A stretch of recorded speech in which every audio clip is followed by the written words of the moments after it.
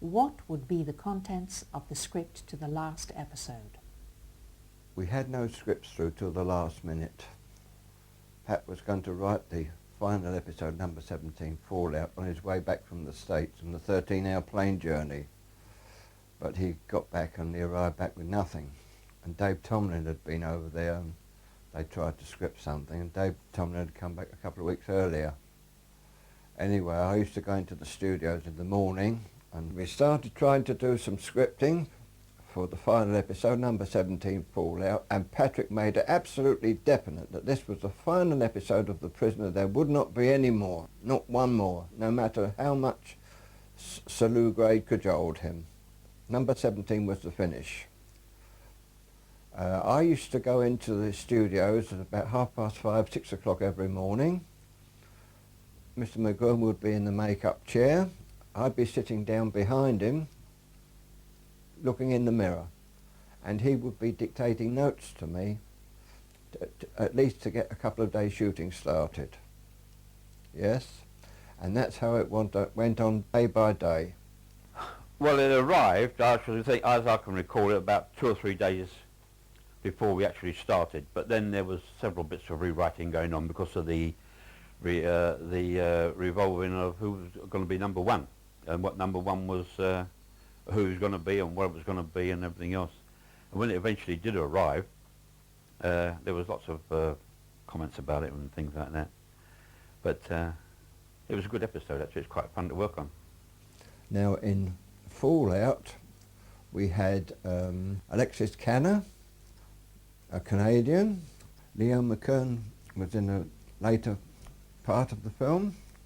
Kenneth Griffith, he played the judge in a big court scene, and there were about 80 or 90 extras in the courtroom. Throughout the studio filming for The Prisoner, a large number of extras or background artists had been employed. From the guests at the parties of both Madame Engadine and Janet Portland, through the professor's students in the General, and finally to the security guards and jury needed for Fallout. Because the MGM studios were less than 50 miles from central London, union rules demanded that all such artists should be equity members from Central Casting, the agency in charge of supplying the crowd actors.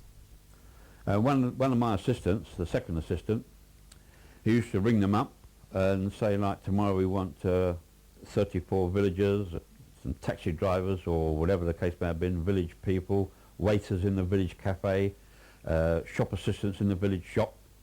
And they used to send them down, and they were all fitted up in all the traditional wardrobe of the village.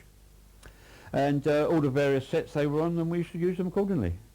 Well, one of the extras, he came up to me and he said that he wanted an extra chit.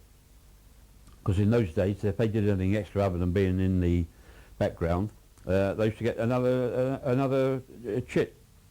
And this particular character, he said to me that he was sitting in the jury box, and when we put the actual actor in amongst them, that he said that he was actually a double because the man should have been there all the time, which is a lot of nonsense really.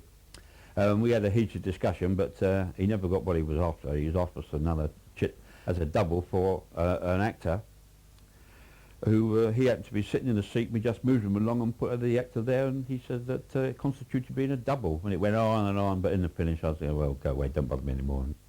And that was the end of that. Did you think Fallout was a logical conclusion to The Prisoner?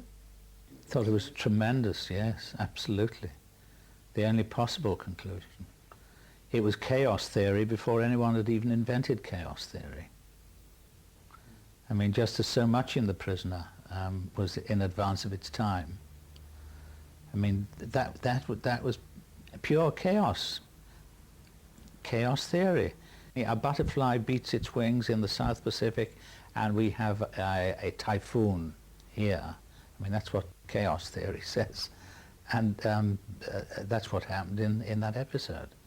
All kinds of apparently nutty things happened, which had no connection with each other. But if you study the episode closely, you'll find that they all do impinge on each other. And I'm not going to tell you or anybody else what the what the conclusion you should reach about that episode is, but it's there. And let people find it for themselves. I thought it was absolutely splendid.